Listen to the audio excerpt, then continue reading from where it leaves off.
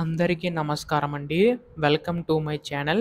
AP రాష్ట్ర వ్యాప్తంగా ఉన్న పెన్షన్‌దారులందరూ కూడా మనకి ఎప్పుడెప్పుడు కొత్త పెన్షన్‌లు నమోదవుతాయి, అలాగే 50 ఏళ్ల పెన్షన్ ఎప్పుడు అమలు చేస్తుంది రాష్ట్ర ప్రభుత్వం అని చెప్పేసి పెన్షన్‌దారులైతే ఎదురు చూస్తున్నారు. సో, ప్రస్తుతం దీనికి సంబంధించి గాను రాష్ట్ర ప్రభుత్వం అయితే కీలక విషయాలైతే వెల్లడించే అవకాశం ఉందన్నమాట.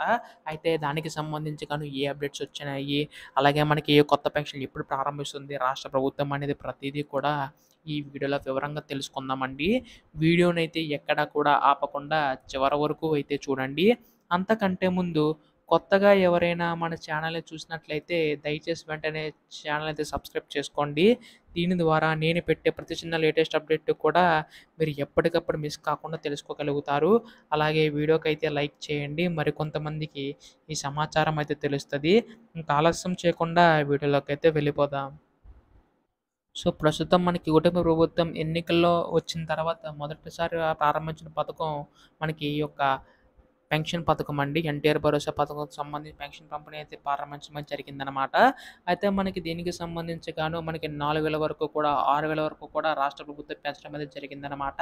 అయితే ఇందులో చూసుకున్నట్లయితే రాష్ట్ర ప్రభుత్వం ఎక్కువ బడ్జెట్ అయితే ఈ పెన్షన్ నిధులకనేవైతే కేటాయించడం అనేది జరుగుతుందండి. అయితే ఇందులో కూడా చాలామంది పెన్షన్‌దారులకు సంబంధించి గాను బోగస్ పెన్షన్‌లు ఉన్నాయని చెప్పేసి రాష్ట్ర ప్రభుత్వం తనిఖీ నిర్వహించి మనకి ఈ యొక్క పెన్షన్ సంబంధించి గాను నిధులకు సంబంధించి విడుదల చేయడం అయితే జరుగుతుందనమాట. అయితే ఎవరైతే అనర్హులు ఉన్నారో వారందరినీ కూడా తొలగించడం అయితే జరుగుతుందండి. సో, ప్రస్తుతం దీనికి సంబంధించి గాను రాష్ట్ర ప్రభుత్వం అధికారులకు కూడా ఆదేశించడం అనేది జరిగిందనమాట.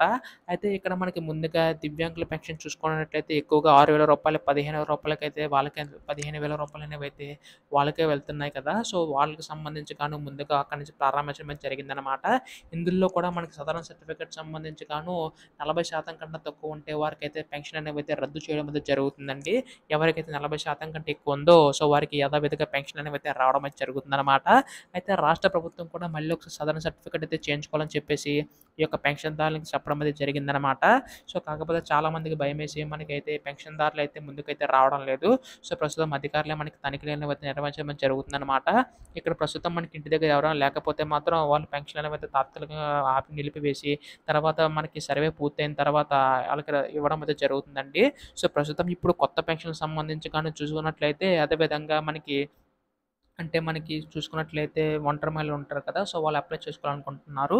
సో, వారికి సంబంధించి కానీ అప్లై చేసుకోవడానికైతే రాష్ట్ర ప్రభుత్వం అయితే ఈ యొక్క ప్రారంభించడం అయితే జరిగిందనమాట. అప్లికేషన్‌కి సంబంధించి విడుదల చేయడం అయితే జరుగుతుందనమాట. అయితే ప్రస్తుతం దీనికి సంబంధించి గాను రాష్ట్ర ప్రభుత్వం యొక్క కొత్త అప్లికేషన్ సంబంధించి 50 ఏళ్ల పెన్షన్‌కి సంబంధించి గాను వివరాలనేవైతే సేకరించబోతుందండి. సో, సేకరించిన తర్వాత మనకి ఈ యొక్క నిధులకు సంబంధించి గాను విడుదల చేసే అవకాశం ఉందనమాట రాష్ట్ర ప్రభుత్వం. అయితే వాళ్ళకి అప్లికేషన్‌లనేవైతే యొక్క విడుదల చేసిన తర్వాత వారు అప్లై చేసుకున్న తర్వాత వాళ్ళకి నిధులనేవైతే కేటాయిస్తారనమాట. సో, ప్రస్తుతం దీనికి సంబంధించి గాను అప్డేట్ అయితే వచ్చే అవకాశం ఉందనమాట. ఇప్పుడు దీనిపై ఏ చిన్న లేటెస్ట్ అప్డేట్ వచ్చినా మీరు ముందుగా తెలుసుకోవాలనుకుంటే ఛానల్ అయితే సబ్స్క్రైబ్ చేసుకోండి. ధన్యవాదములు. జై హింద్.